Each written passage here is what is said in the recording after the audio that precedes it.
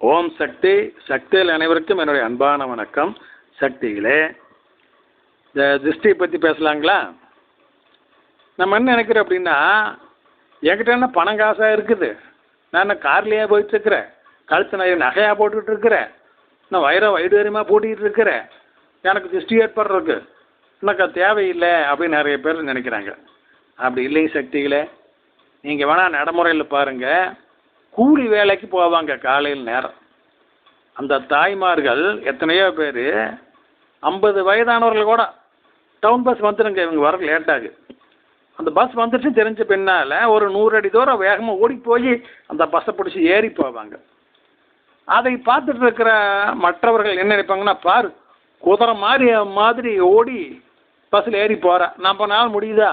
நம்மளால் 4 எட்டு எடுத்து வைக்க முடியல, மூட்டு வலி பாடாப்படுத்துது, அவள் எப்படி இருக்கிறா பாரு அப்படின்னு இவங்க வசதியாக இருக்கிறவங்க, பேங்க் பேலன்ஸோடு இருக்கிறாங்க பாருங்க, அவங்க எல்லாம் நினைப்பாங்க, பேசுவாங்க. அந்த தாய் வயிற்றுப்பாட்டுக்காக இந்த பஸ்ஸை பிடிச்சி போனதான் குறிப்பிட்ட நேரத்துக்கு போய் வேலை செய்ய முடியும், கூலி கிடைக்கும், அதுக்காக அது ஓடுது.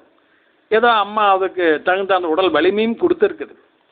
ஆனால் இங்கே தின்னு கொடுத்ததுக்கு என்ன சொல்லு, இந்த மாதிரி அதை சொல்லுவாங்க, அவள் நல்ல உடம்பாக கொடுத்துருக்குது, நல்லா ஓடி போய் ஏறுறாவார் குதிரையாட்டா, நம்மனால முடியுதான்னு பேசுவாங்க. இது திருஷ்டி. பத்தாதான் அந்த திருஷ்டி. அதே மாதிரி அந்த கூலிக்கு போன தாய் திரும்பி வர்றப்ப பார்த்தீங்கன்னா தலைவலி, காய்ச்சல் அல்லது உடல் உபாதையோடு தான் திரும்பி வருவாங்க. காரணம் மனிதனோட திருஷ்டி அவ்வளோ பொல்லாதது. அம்மா என்ன சொல்கிறாங்கன்னா, மனுஷனுடைய கண் சாதாரண கண் இல்லை, அதில் சிலது கொல்லிக்கண்ணுன்னு சொல்லுவாங்க நம்ம கிராம பக்கமெல்லாம். அந்த மாதிரி உள்ளவர்கள் அது பாரு இப்படி இருக்கிறான் பாரு, போன வருஷமெல்லாம் எப்படி கிடந்தேன், இப்போ பாரு இப்படி இருக்கிறான் அப்படின்னு அந்த வயிறு எறிஞ்ச பொறாமையின் காரணமாக பொறாமை தான் திருஷ்டியாக மாறுறதுங்க. அது சொல்லும் பொழுது நினைக்கும் பொழுது அது கண்டிப்பாக நம்மளை பாதிக்குங்க. சரி, இந்த திருஷ்டியிலிருந்து எப்படி விடுபடுவது? அதான் அம்மா சொல்லிக்கிறாங்க, திருஷ்டி கழிச்சுக்கோ, எலுமிச்சம்பழ திருஷ்டிகளி, பூசணிக்காய் திருஷ்டிகளி அப்படின்னு சொல்கிறாங்க. செவ்வாய்க்கிழமை, வெள்ளிக்கிழமை, பௌர்ணமி, அமாவாசை ஆகிய நாட்களில் உனக்கும் வீட்டில் உள்ளவர்களுக்கும் அம்மா படத்துக்குமே வீட்டுக்குமே மூளை முடுக்கெல்லாம் சுற்றணும், ஒவ்வொரு ரூம்குள்ளேயும் திருஷ்டிகளையும் அம்மா சொல்கிறாங்க. எத்தனை பேர் அது ஒழுங்காக கடைபிடிக்கிற சொல்லுங்க பார்க்கலாம்? இல்லை. 15 நாளைக்கு ஒருக்கா கண்டிப்பாக பூசணிக்காய் திருஷ்டி கழிக்கணும் அப்படின்னு அம்மா சொல்கிறாங்க. இதையும் நம்ம முழுசாக செய்யறதில்ல. வாரம் ஒருக்கா பூசணிக்காய் திருஷ்டி கழிக்கிறது மிக மிக நல்லது. எதுக்கு பூசணிக்காய் திருஷ்டி கழிக்கணும்?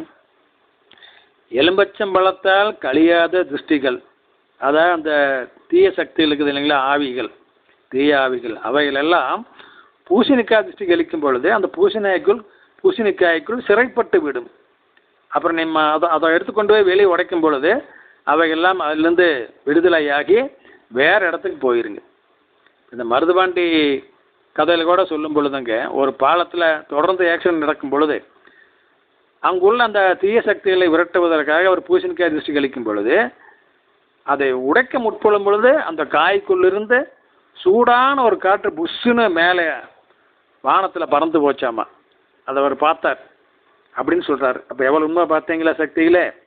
அதனால இங்கே இந்த திருஷ்டி முறையில் கண்டிப்பாக நம்ம செய்யணும்.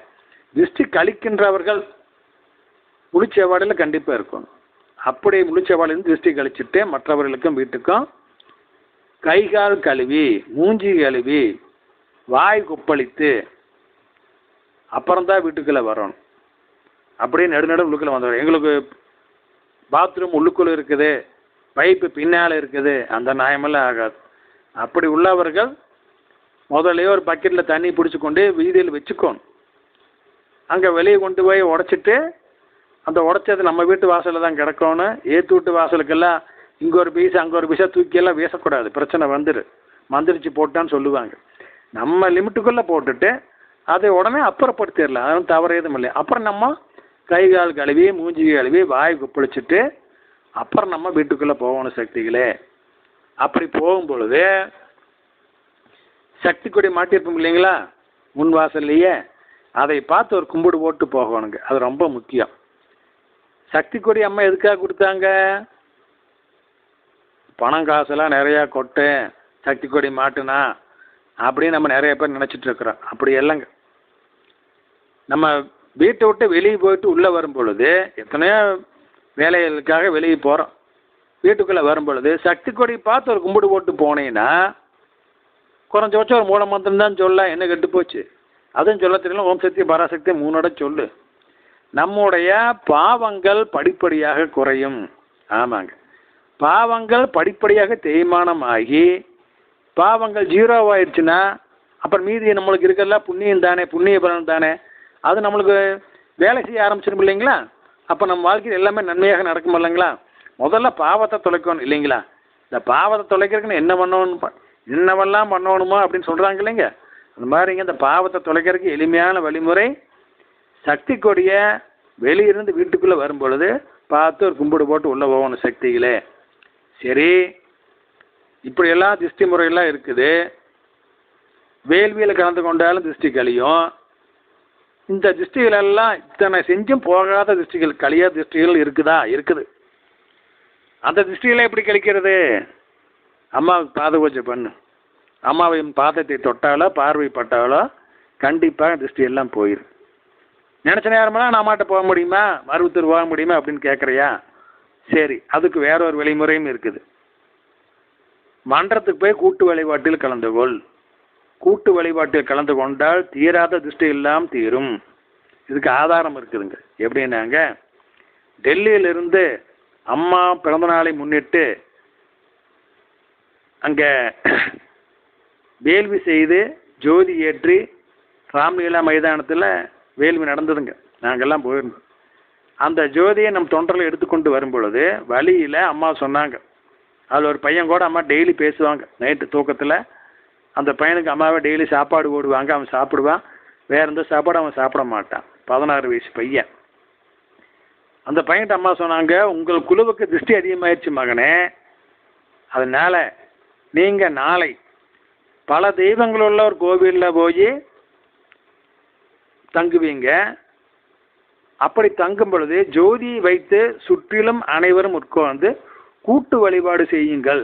அவ்வாறு கூட்டு வழிபாடு செய்தால் இந்த திருஷ்டியெல்லாம் கழிஞ்சிரும் அம்மா சொன்னாங்க. அதே மாதிரி அவங்க செஞ்சவனால நலமாக ஊர் வந்து சேர்ந்தார்கள் சக்திகளை. அதனால இந்த கூட்டு வழிபாட்டை சாதாரணமாக நினைக்காதுங்க. தீராத திருஷ்டியெல்லாம் தீரும் சக்திகளை.